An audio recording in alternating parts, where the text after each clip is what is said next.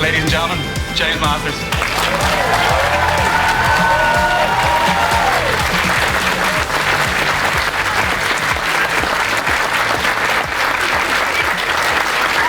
Beautiful people. Before we start, can I ask you guys a favor? I'd like to do a little movie of anyone that's in cosplay from any show that I've been on.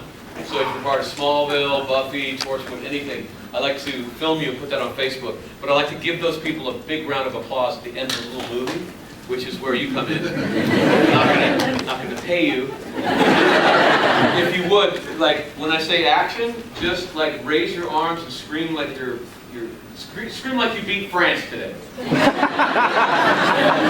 Cool? Okay. 1, 2, 3, action.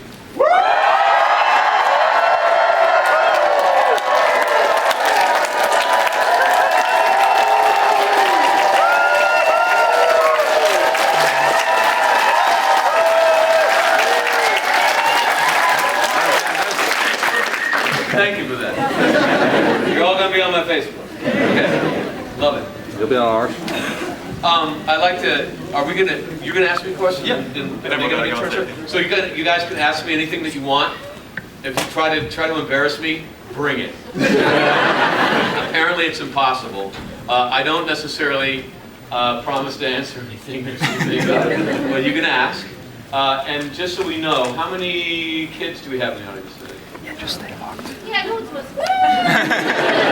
Well, we probably have a few, so we can talk about anything if we use the right words. Right on. Well, hi. This is amazing. Well, I'm going to try and embarrass you straight away. It was a fantastic entrance there, but I believe when you've done a play called The Tempest, you had a very interesting entrance to that as well. Oh my God, yeah. Yeah, this was my professional debut, Shakespeare's The Tempest, at the Goodman Theater in Chicago, which is one of the biggest theaters in the States. So it was a big deal that I got a role on that. And the artistic director of the theater was directing that play, and he was trying to get a younger audience in the play. So he was trying to offend all the old people so that they would stop coming. So he was putting nudity in all of his plays, and the naked boy was me. So I was playing Ferdinand, and he's like the boyfriend of the lead girl, and he wanted me to come out in a big metal hoop like Da Vinci's The Perfect Man, and he wanted me naked. And I remember when we were in the technical rehearsals, the lighting designer broke his leg skiing in Aspen, and so his assistant, they always told me, like, don't worry, it's going to be tasteful lighting, we're not going to like show everything, it's just going to be shadows and it's going to be fun. And his assistant lit it like a Vegas show right out there. And I just remember going, dignity, always dignity. And as the lights go up there. Yeah, there was like the sprites, you know, all the little fairy creatures in the Tempest. They would show me Playboy, like they'd strap me in, and I was like, couldn't move. And then they'd pull out the Playboy trying to get me lined up. And I was just like, come on. Yeah, and so I spent the rest of my time in Chicago trying to convince people that could act as well as be naked. I did ask if we could do that for your entrance today, but sadly you turned me down. No, you don't want to see it. Originally Spike wasn't actually British, was he? He was supposed to be more of a... He was supposed to only be in for, I think, 5 or 6 episodes, but he was actually Cajun initially, is that right? Well, no, the original idea was that he would be British. Joss Whedon had spent some time in England, and he was very taken with punk rock because he's a subversive, so he thought that was cool, and so do I. And so he had told me that he wanted the Sid Vicious of the Vampire set. And I told him, no, you don't. And he goes, yes, I do. And he goes, okay, you want Sid? I'll give you Sid. This is Sid. Girls like me because I've got a nice face and beautiful figure. Sid was a moron. Sid didn't play on the album. Sid ruined the American tour. Sid broke the band up. You don't want Sid, I said. And I said, you want Johnny Rotten. And he goes, I don't care, whatever, just give me that. But during the audition, they asked me if I could do any other accents, and I do accents, and I do accents that I might be cast for. And they said, well, do one more. And I had just done a play where I was playing a character a murderer, surprisingly, a guy who hurt people. And he was fooling this woman to come out of her house so he could murder her. And he was pretending to be another character.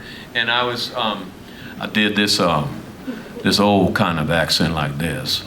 And I just thought it's kind of Cajun, like way down south of New Orleans. And the audience was laughing at times, and I couldn't figure out why we were getting the laughs where we were, and I asked the director about it, and he said, well, because of that accent, they think that you're a black man. So the humor is playing differently in the States. And I was like, really? It's black accent? He said, yeah, I mean, like 150 years ago, that would have been a white accent as well, but in modern times, that is not a white accent anymore. And so when they asked me for an accent, I was like, oh, he's a vampire. It would be kind of cool if he had that accent, so I kind of did that sort of thing. And they thought that it was really funny and everything, but Joss was like, yeah, cute, but no, I want what I want. But as someone who's so good at accents, you were in P.S. I Love You. At any point did you think, Jerry Butler, what the hell are you doing?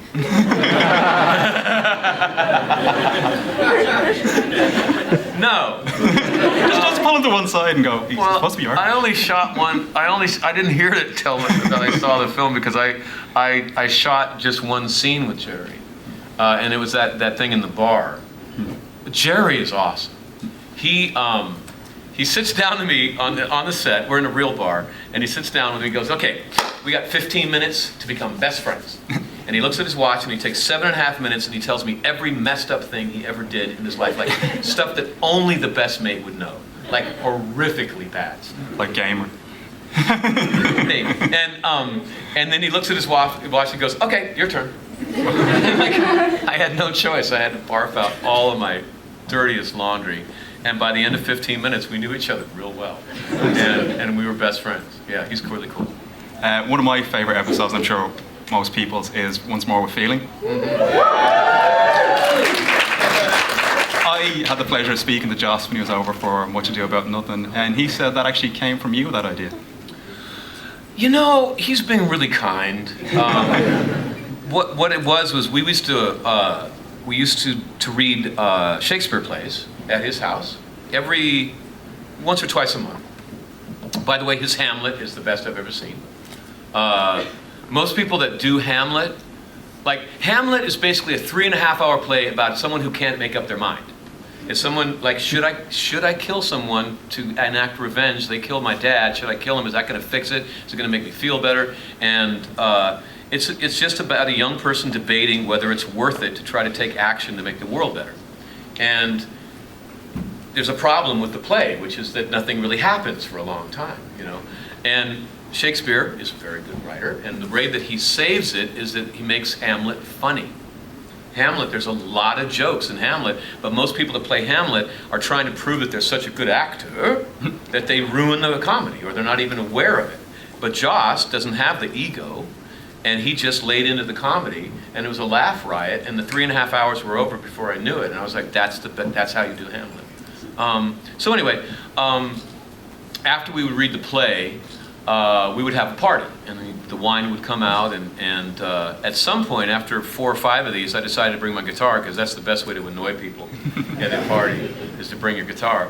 And I started singing, and then other people started bringing their instruments, and then at some point, Joss admitted that he played piano. It took him a while. And he started playing other people's songs at first, and then after that worked out pretty well, he started to show us songs that he wrote. And at some point, he looked around and noticed that a lot of the people in the cast could sing pretty well. And that's when he decided that he could do he'd wanted to do a musical for a long time, but that's when he thought that he could get away with it. But it was his idea. I've actually watched a couple of your music videos as well. I was really surprised. I know that sounded slightly insulting. I'm really surprised. You're actually very talented. Thank you. He's good. You should check out his stuff. TV actor. You never know. You never know. But you've done a version of Come As You Are. And for the first 30 seconds, I was convinced this was like a fan tribute video. I didn't realize that was actually you singing. That was an incredible. Wow. What type of music? Like, how did that inspire you to do those particular songs? Well, I was in Seattle when Nirvana was playing. Awesome. So yeah, like I love Nirvana. I feel like the history of rock, at least maybe it's the same here, but like there'll be like a really good point of music where the music is coming out of garages and it's coming out of clubs, and then the corporations take over and it becomes very commercial, and then a band will come out that is coming back from the clubs, and it's honest, and it's dangerous, and it's rebellious, and it's just like the light and the cockroaches and all the corporate stuff has to just run for the hills. And you have another period of really wonderful music, and then the corporations encroach back on that, and it becomes all, What phase do you think we're in now? Corporate. So corporate. Because Kurt killed himself, and Nirvana was that band that blew all of the rest of the boring stuff out and made room for better bands. So, come as you are, as you were, as I want you to be.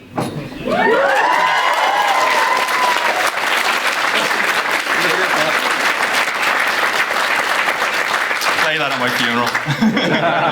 Right on. Another character you got to play as well. Actually, one of the best intros I've ever seen for any character was Brainiac on Smallville. Yeah. And again, a great song to lead you in there. Depeche Mode, Precious. Yeah. What can you tell us about your time working on that show? Such a good time. Like I went up to Vancouver. Like that cast is so pretty. Like. I was like, these people are going to be really annoying. It's like nothing against people who are really gorgeous, but most of the time when you're that pretty, the world comes to you and you don't really have to figure anything out because everyone just like offers you cheese all the time. He's a lot like Clark Kent. He's patient. He's trying to help people. He's a natural born leader. Something tells you don't mess with that nice guy, like Superman. But he'll tell you the naughtiest jokes you've ever heard. Like really horrible jokes because he's, I think, proving that he's not actually Clark Kent. He's like a dude, And I remember I told him, like, don't tell me these jokes before lunch, because when you tell them in the morning, they just sear into my imagination and ruin my day. So just stop it, Tom. And he's like, whoa, I wouldn't want to ruin your day, James. I'm sorry, I've been hurting you. And then at that point, 4:30 in the morning, I'm just sipping my morning coffee, and Tom's behind me telling jokes to Steve. But Steve ain't there. So you turn around, it's like, oh, Steve just left. Yeah, I was just open season on me from that point on. But yeah, I had a really good time on Smallville. Yeah. And then you've been a traitor now. You've jumped sides to Marvel, Runaways. Yeah. I saw an awesome video of you and Stan Lee kind of essentially welcoming you to the Marvel family. Oh, what was that like? God, like an out-of-body experience. I was doing one of these, and just suddenly Stan walks up and says, "Welcome to the family." And I was just like, I get off, and on my buddy Mark, I'm like, "Tell me you got that on film, please." Yeah, I'll keep that forever. Yeah, this is a slight step down. I'm not quite Stan Lee. My apologies. No. There was kind of rumors around, I think it was season 5 of Buffy, that you were going to be Shinzon in Star Trek. Was there anything ever come of that? Were the rumors true? No, they were true. They actually wrote for those of you who don't know, Shinzon was Patrick Stewart's clone in that final one, and they wrote it for me. And then I did a screen test, but I tested with Patrick Stewart, and I'm a Star Trek fan. And I was so freaking out that I was even in the room with him that I blew the audition. Oh. It was my worst audition of my life. And they gave it to a better actor than me. Yeah. He's done okay for himself. I think he's done 1 or 2 things afterwards. But you were on one of the biggest shows at a time when TV stars didn't really cross over. Like now you see things like the cast of Stranger Things. It's like, I'll get me someone like Stranger Things. Oh, we'll just get them. Yeah. That didn't really happen then. Was there any other roles you feel you should have got, but because there was that stigma of being on TV that you maybe didn't? No, I'm always surprised anyone gives me a job at all. Yeah, I'm an actor, man. You can't be too proud of me as an actor. I'm a circus performer. Another kind of cult classic you were on as well was Supernatural. Yeah. What was that like? That was really fun. You can tell by the gasps there. It was filming Supernatural that I realized that Charisma Carpenter was a really nice person. I avoided her like the plague on Buffy because I thought that she was Cordelia. Again, it was the really beautiful thing, you know, like I just assumed, like, oh, you're that cheerleader, I'm a punk rocker, like, get out of I'm not going to be dealing with you. And we were back, we were waiting to go on, we were backstage, and just talking about our kids, and suddenly I just go, I'm so sorry. I've been judging you harshly for years. Oh, you're a sweetheart, yeah. She's like, I wondered why you never came up and talked. But yeah, they say Supernatural is one of the happiest sets I've ever been on. Jared and Jensen are absolutely uncorrupted by fame, which is, I think fame is toxic to the human soul.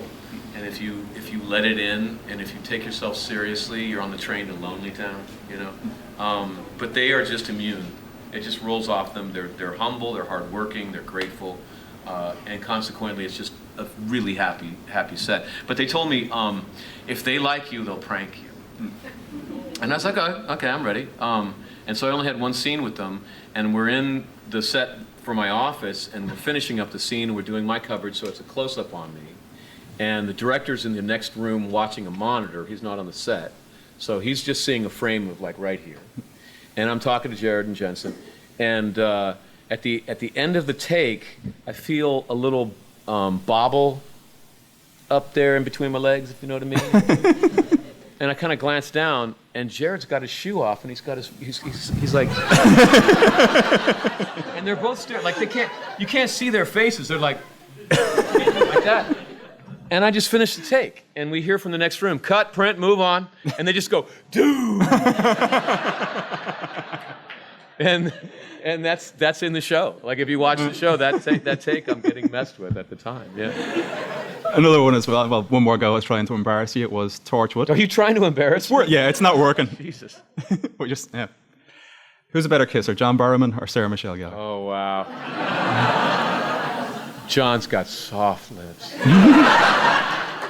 Or me. Also holds you very firmly. Do you want the answer that you want, or do you want the truth? The truth? Okay. I don't really like doing love scenes. I don't really like public kissing. It's not fun. I have to ask myself, I'm getting up in the morning and getting paid to do some sexual act, like what is my job description this morning? So for me, it comes down to who do I trust to get me through an uncomfortable day? And after filming that scene with John, where, like John's from stage and I'm from stage, and stage actors tend to be kind of proud because on stage you don't get a stuntman. You have to learn how to do that stuff yourself. And so John and I conspired to try to have the stunt crew not get in like many shots. And I think they were in one shot or two shots for that whole thing. And we were like very proud of ourselves. But when you do that, you put your safety in the hands of the other performer constantly. And if the performer doesn't let you down, you build up a trust that's very deep. And on that level, man, I'll kiss John any day. Nice. Just before we go, sorry. Yeah, applaud more. Just before I open up the floor for questions, your next film you're working on with Jordan Peele and Robert Englund, is there anything you can tell us about that? Yeah, it's a sick film. It's really, like, I read the script for it, and it's a story of a world where someone has been able to implant a small explosive device in the neck of the population, right on their carotid artery, and they blackmail people to do the most heinous things to each other. And I remember reading the script going, I'm not doing this. This is sick. There's nothing redeemable about this script. And then I remembered that this is all going to be done with puppets. And I was like, this is going to be awesome. This is going to be the weirdest film in the world. And one of my favorite films is Team America. Awesome. You know? That's like right at the heart of my country. Like, love it. And there's something about, like South Park was talking about how their humor only really works either with bad animation or bad puppetry. There's something about the herky-jerkiness of it that sells it. And I thought, wow, what horror with that going on would be really delightful. So Jordan and I and the rest of the cast, we came in and recorded our lines very quickly. It takes about a couple of days to do it. And then they have the monumental task of building the sets and getting the puppets together and getting all that done, which is going to be years. So we'll be waiting a little while, but I can't wait to see it. Yeah. Well, you got an Oscar for a horror film, so an Oscar for a puppet film is probably next in line for him. Yeah. We're going to go to the floor for questions. Right on. There's people there? Right on. Oh, hi. Hi. I promise I won't curse. I swear I won't curse. That's a long story, by the way. Yeah. The episode of Angel, Smile Time, when they turned Debbie Arnold's character into a puppet, could you keep a straight face around that, or was it just a barrel full of laughs? Well, it is a barrel full of laughs, but the fun for me is getting the scene right. Like, that's the delicious thing. And then when they say cut, I start giggling if we got it right. But I'd been looking forward to that script all year because Ben England wrote that script. Ben England did the Tick, which for my money is one of the best cartoons ever. It's a half-hour animated about mediocre superheroes. Like, not bad superheroes, just mediocre. And it's just, yeah. So I couldn't wait for that. And I remember the script came out and I was only in one scene. And I went to Ben and I was like, Ben, I'm funny, man. And he goes, James, I've designed this for you to steal the show. Like, relax. And so it was low effort, high reward, But I remember it was also a little difficult because, like, the guy that does stunt Spike was a guy named Steve Tartaglia. Steve came from Hong Kong. He was like the premier Caucasian actor / martial arts guy in Hong Kong. And in Hong Kong, they don't have any safety regulations. So when he showed me his stunt reel, the movie that you show agents and stuff, I almost threw up. Because I still do that. Well, sometimes, if you've done stunts and you see sometimes in a movie what they're doing and you realize what happened on the set, you're like, oh, Jesus, that's horrible. But I remember he was on the outside on the scaffolding of a building, fighting in a long shot down the scaffolding, falling a couple floors and keeping doing it, and they had no wires on, and it was way up high, and it was insane. So Steve was willing to do things that other stuntmen were not willing to do at all. And on that day, I remember coming to set, and they've got Steve on a wire, and they have the puppet, and the puppet punches him, and they ratchet him 17 feet up in the air and then drop him, cold drop, onto the stone floor. Bam. And Steve is like, but he's laughing. Oh, that's great, And then, the actor, he's got to stay, like the paramedics can't check him out or anything because he's got to stay where he drops so that I can take his exact position for the next shot. And I just lay down. I've been in my chair sipping coffee, And on days like that, you just kind of feel like you're cheating. That's just kind of embarrassing. But yeah, I had an absolute great time. At one point, I was beating myself up with the puppet, by the way. For one of the shots, they couldn't get the puppeteers out of the shot because of the camera angle. So I was just like, give me the sticks. I'll just beat myself up. Yeah. Awesome. What's your favorite Buffy the Vampire Slayer episode? Oh, so many. Oh my God. I mean, I can't start out by not mentioning Hush, which I think scarred everybody who saw it. Truly horrifying. Kicked off Doug Jones, who we're still watching. Are you Spike? Yeah. Kick ass, dude. Hey, come by my table so I can put you on Facebook. You already applauded for yourself. You got to come by. Yeah, you don't have to buy anything. Just come. Right on. Okay. For anyone else, this is all it is. So just say your name in real life and say, and I'm Spike. And that's okay. All you got to do. When I go like that, it's action, so I'm not talking on top of you. Okay. Okay. I'm Fionn Baker, and I'm Spike.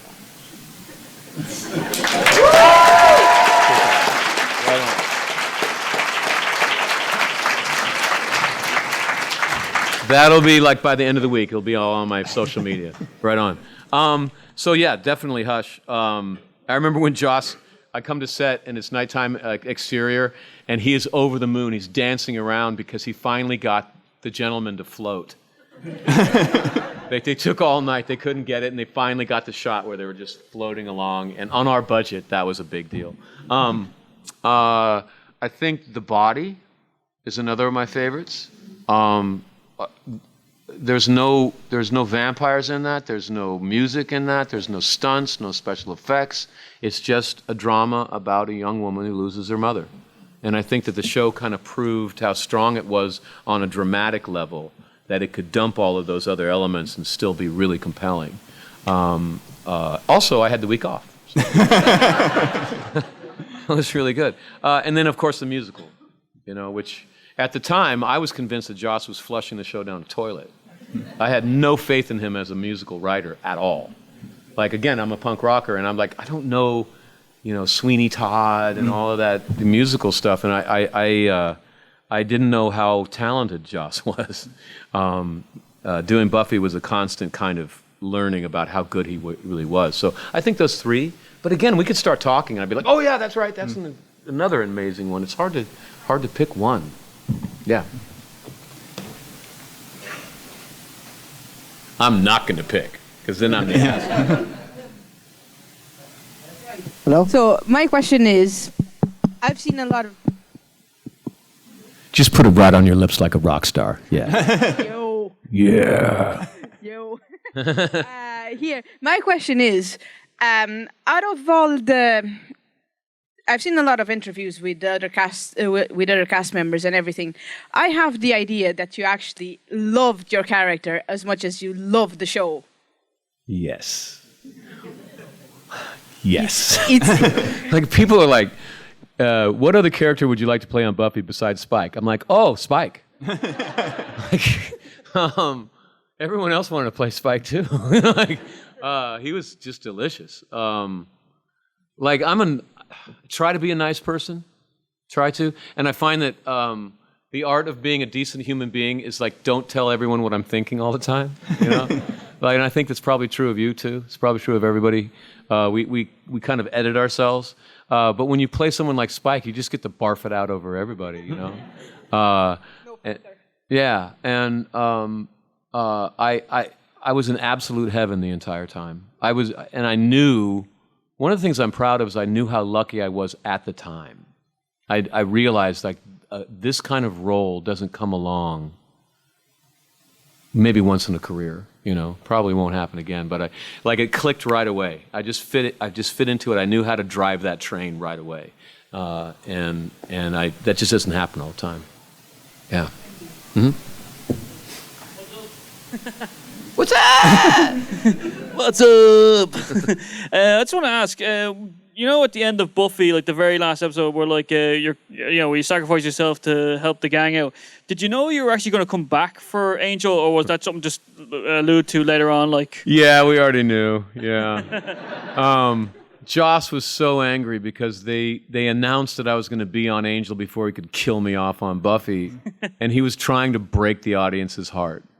Joss is not interested in making the audience comfortable. He's not interested in pleasing everyone all the time. He wants to give the audience a true roller coaster ride with highs and lows, and that was going to be a big low, and that was stolen. Yeah, but we already knew. It's not how you managed to bring him back. After you see him go, and it's not like, oh wait, he's back. What's up? He's a ghost. Yeah, and then make you solid again. Yeah. I just wanted to do more stunts, so I couldn't wait to get solid again. I couldn't stand it that I wasn't doing any fight scenes. I was like, oh, when is this going to end, man? Yeah. No questions? Yep. Just before that, Monica Breen is doing the sequel now to Buffy. It was initially supposed to be a reboot, but now it's a sequel. Are you going to have any involvement in that, or would you want to have any involvement in that? Yeah, sure. I'm excited about it. I think I was relieved when I found out that it wasn't going to be a new Buffy. It's a new Slayer for a new generation. But yeah, she grew up on Buffy. And she's also a very, an accomplished writer-producer. She's already had multiple successful television shows, so it's in good hands. And Joss is involved, so it's going to have the special sauce. Nice. Yeah. And you don't age, so you just fit right in as well. Dude, do a close-up on this. Watch couldn't be Runaways. closer. Watch Runaways. You're like, he's not quite Spike anymore. Yeah. No, man. All right. I'll be like, "Hi, Buffy, how you doing? You look great. I don't know what happened to me." You turn into Johnny Rotten then. Yeah. Nobody wants that. So I think, as said before, we've all heard that Spike was meant to be like a short-term character rather than ending up having the biggest development arcs of any of the characters. So what kind of, did you have any input on what happened with Spike, or was it just, you just jumped into it? We had no input on anything. It was like if you got a conjunction wrong, we would go back and get it right. Like, it's not however, James, it's but. Go, you know? And I had no problem with that because the writing was frankly amazingly good, and I had done enough theater to recognize good writing when I got it, and I had no need to give any of that. My only input was "bite me." I had been to London and I heard "bite me." A lot of people were saying it, and I thought it was perfect for a vampire to say "bite me." And I came back to Los Angeles, and I knew that Joss wasn't going to take any advice from an actor about dialogue, so I just told him to bite me every once in a while. And then he thought it. Did I answer your question? What happened with that then? How did Spike end up being there? Well, the original idea was that I was just a boy toy for Drusilla and meat for Angel. So, the idea was that, the big story of the season was that Angel and Buffy finally sleep together and consummate their love. And then Angel goes evil, takes up with Drusilla, and kills Spike. So that Buffy can have her heart broken in spectacular fashion. So the only reason that they built me up to be really cool was so that Angel would look super cool when he killed me off. And then they didn't kill me.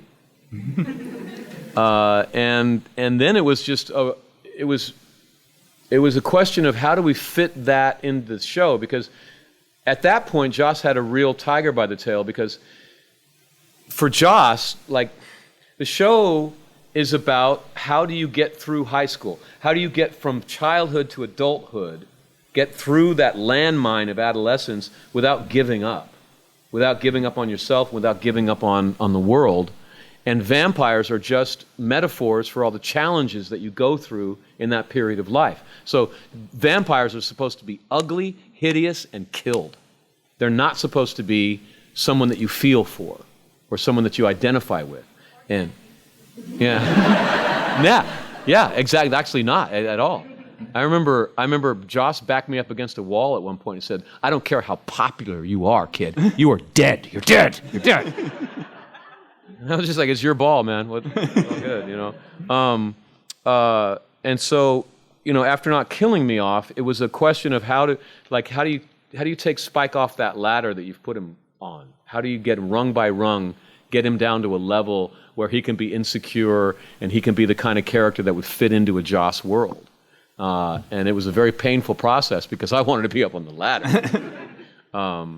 But I will always be thankful that Joss is as brave and imaginative as he is, because I got to tell you, I've produced theater quite a lot, and if it had been me, I'd have killed Spike off in a heartbeat. As soon as I started hearing from fans that they thought that it was sexy and they would like Buffy to be with that character, out. I would have chopped his head off. Yeah, so thank God Joss is a better artist than I am. Yeah. I know you're a huge theatre fan as well as Joss. How come you weren't involved in Much Ado About Nothing? Or I know Macbeth has been a passion project of yours for a while now. Was there ever any discussion of either you being in Much Ado About Nothing or you and Joss maybe collaborating on a Macbeth?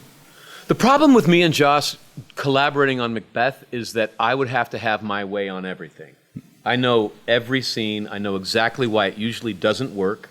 Macbeth is low-hanging fruit. Everyone says it's a masterpiece, but whenever you go out to see Macbeth, it's boring and it's a horrible experience because most people make certain mistakes that I probably don't have time to go into right now, but there's a lot of them, and if you don't make those mistakes, it's a play that you can get standing ovations every night if you do it right, but you got to know certain things, and I've been in a really bad production of Macbeth where I played a spear carrier, and I watched Macbeth make all the classic mistakes of the character, and he got laughed at, literally laughed at while he was playing the role. And I'm like the spear carrier, like dead, stage left, and I'm like taking notes, like don't do that. Don't do that. And then I did Macbeth later, and I fought for my way to do it, quite hard actually, and it worked, and we got standing ovations like 80% of the performances, and it extended forever. And so I know by experience how that works. So I'm very opinionated on that. Joss would just be along for the ride, so I don't know about that. I don't know why I wasn't in much ado. I was probably working on something else. Yeah. Okay. Go back to the floor. Hey, how's it going, mate? Hey, man. Okay, just one thing actually. You're saying there about how music has all been commercialised, whatnot. It's a documentary I once saw called "The 7 Ages of Rock" done by the BBC. Check it out at some point. Right on. Right. Mm-hmm. So right on. What I want to do is your latest role, Victor Stein on the Runaways. Yeah. What drew you to that role, and can you tell us a bit about him and what? Yeah. Just discuss how it's been for you and whatnot. Yeah. So I know how long to spend on Runaways. How many people have seen Runaways? Okay, I'll spend a few minutes on Runaways. Watch Runaways; it's very good. Next question. No, the producers told me that it was a show about the gulf between generations, about this really painful time when kids get old enough to see the world clearly and see their parents clearly. It's about 13 years old, and it's this horrific time when kids start going, Dad, you're really kind of not so cool. I don't like you at all. You're not that superhero I wanted you to be. You're just this guy. So on the show, we take that period of life and we turn it up to 11 and make the parents in league with an alien who's killing people, and the kids have to run away from their evil parents and try to save the world and try to stop their parents and try to grow up at the same time. And I play the biggest a-hole in the series. Like everyone else is mildly evil, and then I'm just terrible. And just like Spike, he was designed to die in 7 episodes, so they let me do way more heinous things, and then they decided to keep me around, and now I'm the main villain. But I am of the opinion that Victor Stein is the hero of the entire thing, as every villain I think does. But I play a character who is a genius, engineer, inventor, industrialist. He's like a Tony Stark if Tony Stark was like a douchebag. You know? More of one. Way more. If he wasn't funny. And I play a character who has been trying to save the world since college. He's been trying to revolutionize energy production. He's been trying to stop human beings from lighting things on fire for energy, like cavemen. And he knows that unless we fix that, we're all going to burn. And he gets to middle age, and he hasn't fixed it yet. And he's failed. And then an alien comes and says, I'll give you this technology for free, but first you have to help me do this. And what it is kill teenagers. And I had to ask myself when I got the role, like, what would be, if someone gave me that, like today, you can fix global warming. But you got to kill, what would you guys do? Kill one person a year if you could fix global warming. But you got to do. It's arguable, right? My argument is I think it's more heroic to go ahead and kill him. To say, look, I'll be the villain. You can put me in jail. You can spit on my grave. You can do whatever you want, but I'm going to save you guys. And I'll take the heat. I'll do the thing that no one wants to do. I'm going to go ahead and do it. And so I play a character who's doing heinous acts, and he's being driven insane by the pressure that he's becoming someone that horrifies him. But he knows that he made the decision to do it, and he's just marching through a lake of blood. And he knows that it's further to get back than it is to go forward. And so I think he's the hero. No one else agrees with me. Everyone in the audience is just like picking off in their head who they would kill off. Yeah, kill him. Yeah, if you can choose who you kill off, I got a list too. Donald would go first. Actually,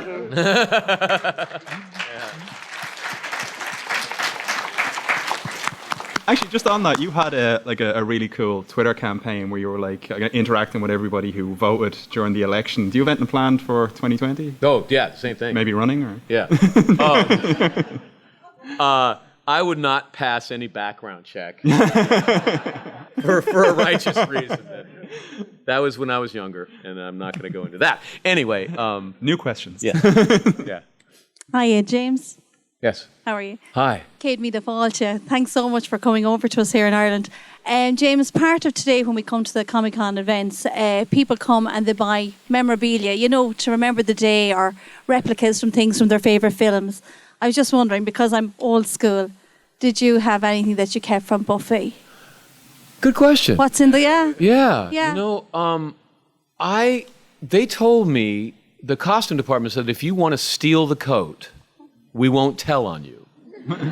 And my answer to them was I used to run a theater company, and one of my least favorite things was actors who stole costumes.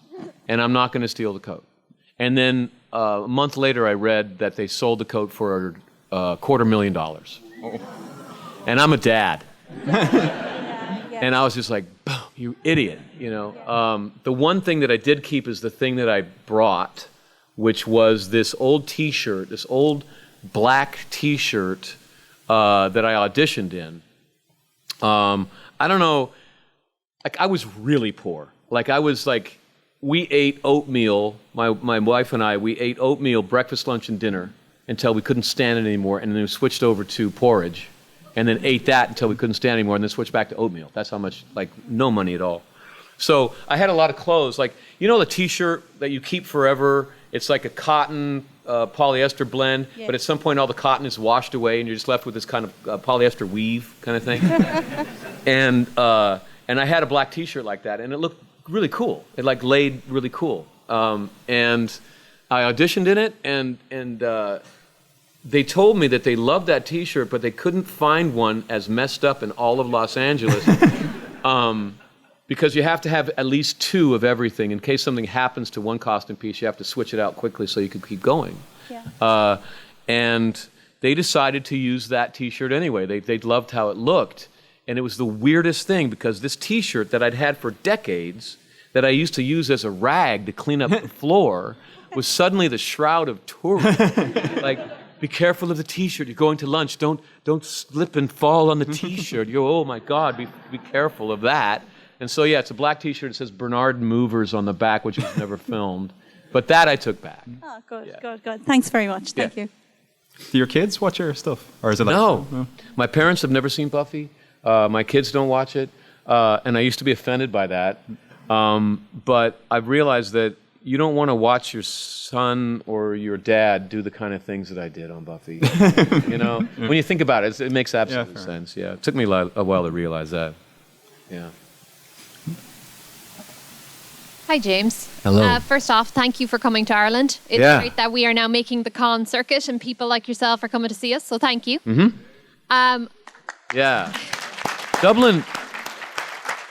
DublinComicCon is a really good con. The staff is really good.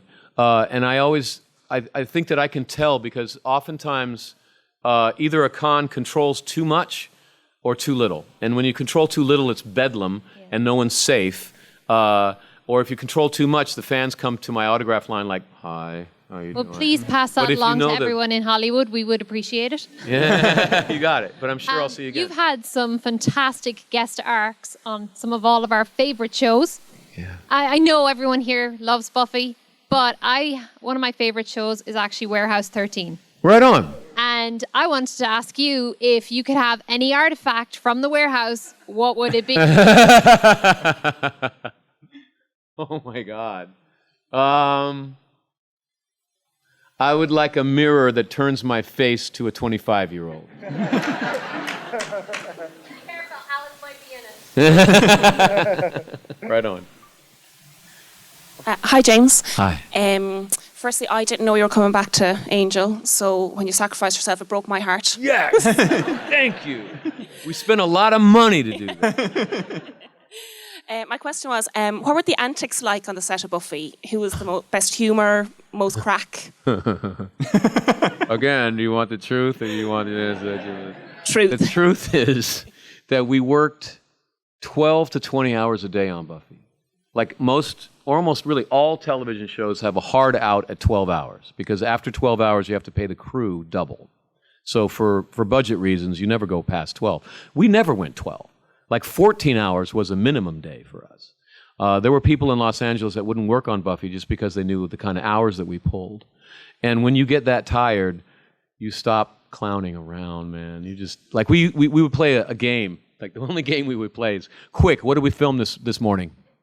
And they're like, I don't remember. I'm just trying to get through this scene, man. And we were also hyper aware that the writing was so fabulous that no matter how good we were, we probably weren't going to live up to the writing. And that pressure is actually intense. And if you guys read Buffy script, you will probably have a better experience than watching the show, because the writing was that good.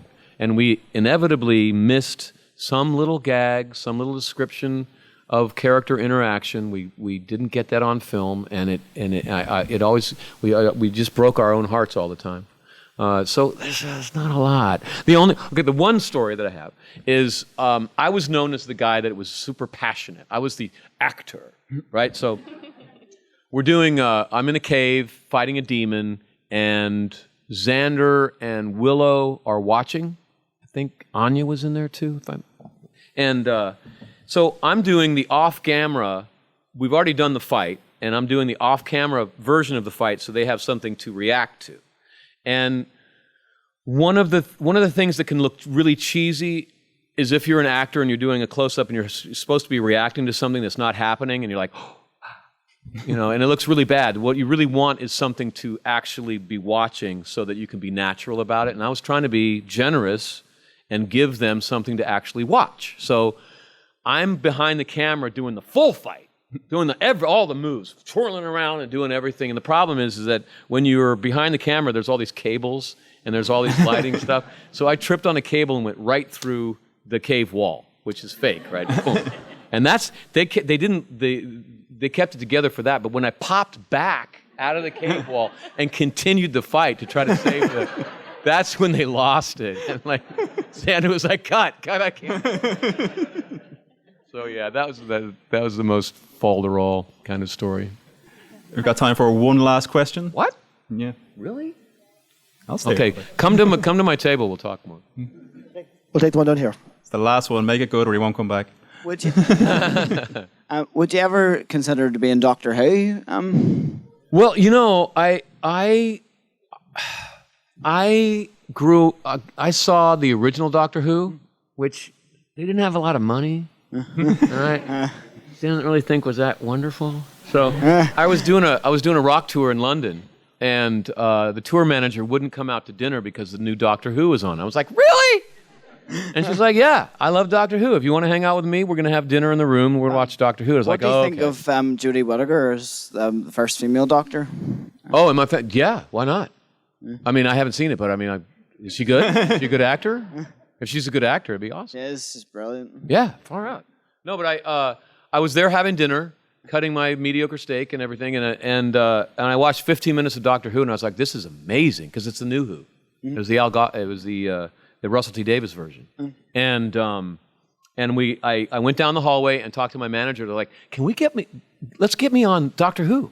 I would love that. And so Steve called and asked if I could be on Doctor Who. They said no. and they said, but we have a spin-off, and there is a role that I think you'd be perfect for, and it's on Torchwood. And then that went really well, and I went to Russell and asked, so can I be on Doctor Who now? And he goes, no. And I'm like, why? And he said, because you're way too naughty. Like, there's kids watching Doctor Who. Your Torchwood's for adults, and your character's way too adult for anybody but that. And I was like, well, just calm him down. He's like, no, it wouldn't be the same character. So I'd love to, but I think I'm never going to be there. I remember Buffy from my childhood. You were brilliant in it. Thank you, man. I'm very lucky. Yeah, yeah. Sadly, that's all we have time for. All right, guys, you are fabulous. I love you all.